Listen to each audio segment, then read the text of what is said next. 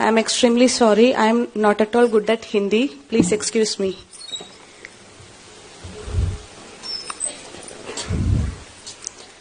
आदरणीय गुरुनाथ, मंच पर उपस्थित सभी मान्यवर और यहाँ उपस्थित सभी देवियों और सज्जनों, आप सभी को मेरा नमस्कार।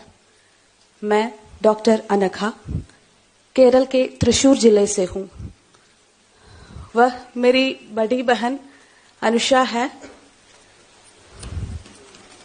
और वो मेरी छोटी बहन अमृता।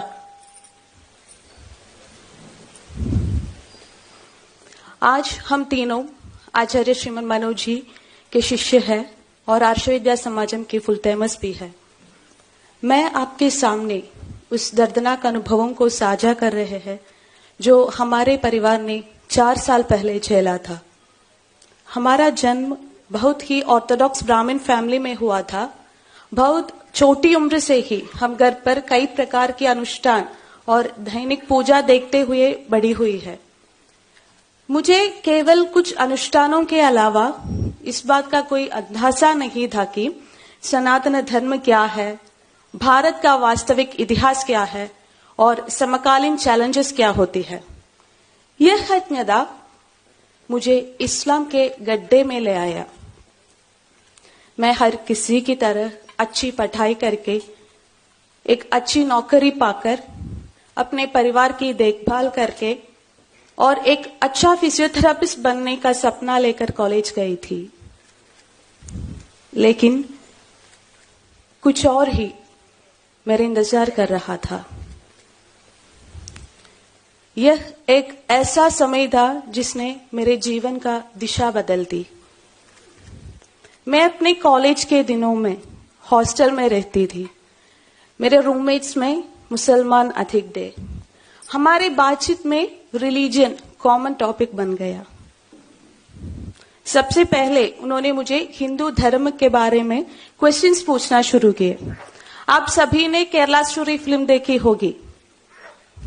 मैंने भी फिल्म में कैरेक्टर शालिनी उन्नीकृष्णन जैसे ही क्वेश्चंस को सामना किया है। मैं उनको किसी भी क्वेश्चंस को आंसर नहीं दे पाई क्योंकि मैं अपने धर्म के बारे में कोई जानकारी नहीं थी।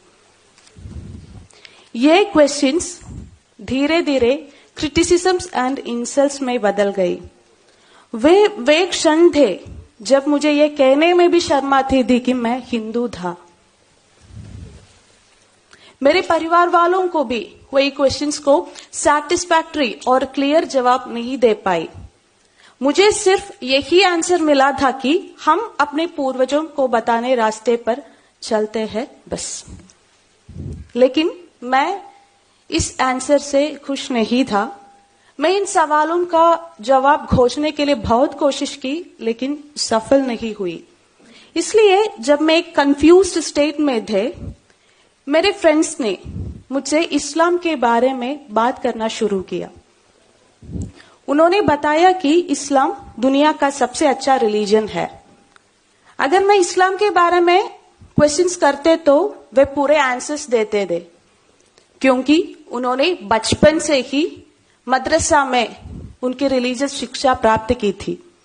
लेकिन मैं सनातन धर्म की बेसिक चीजों भी नहीं जानती थी। इसलिए मुझे उनके विचारों से प्रभावित होने में देर नहीं लगी। मैं अपने पहचान खोने लगा।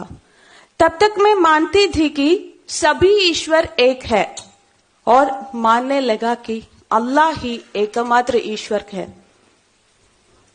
इस्लाम ने सबसे पहले मुझे सिखाया कि बाकी सभी रिलीजियंस के ईश्वर संकल्प और उनके अनुयायी नित्य नरक के अवकाशी है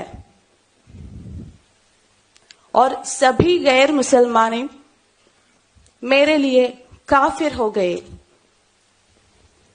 तब तक मैं बिनती, कुमकुम, चंदन लगाती थी और धीरे से मैं मुस्लिम महिला की तरह कपड़े पहनने लगी।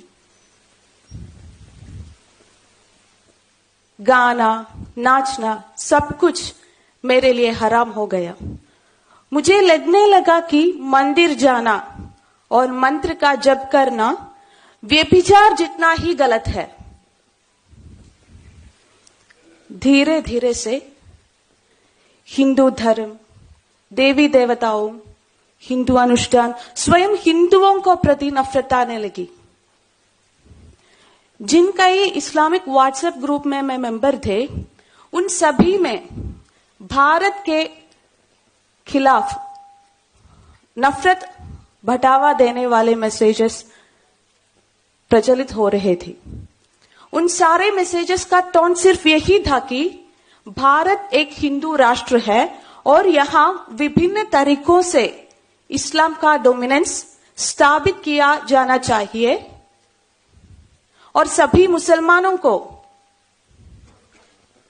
इसमें इसके लिए योजनाएं में भाग लेना चाहिए। मेरे मुस्लिम फ्रेंड्स ने मुझे ओपनली बताया है कि उनकी योजना schools, colleges, hospitals, government, law and order, IT, social media, charity services जैसे सभी क्षेत्रों में अपना डोमिनेंस स्थापित किया है और इस तरह से सभी गैर मुसलमानों को इस्लाम में परिवर्तित करना है। उन्होंने ये भी कहा कि सीएए, एनआरसी आदि भारत के मुसलमानों को नुकसान पहुंचाने के लिए है और इनको डटकर मुकाबला देना चाहिए।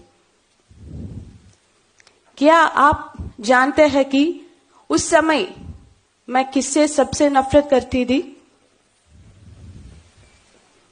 कोई और नहीं बल्कि हमारे प्रधानमंत्री श्री नरेंद्र मोदी जी से।